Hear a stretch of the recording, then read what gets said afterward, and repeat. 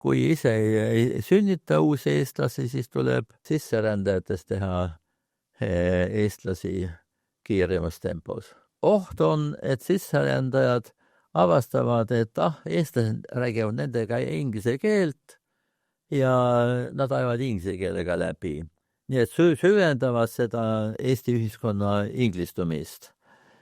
Selles mõttes oleks mõtet tuua sisserändajaid sealt, kus inglise keel veel ei mõju, see tähendab näiteks Vietnamist või Ladina-Ameerikast, mitte et ma eeldaks, et see väga lihtne teostada on.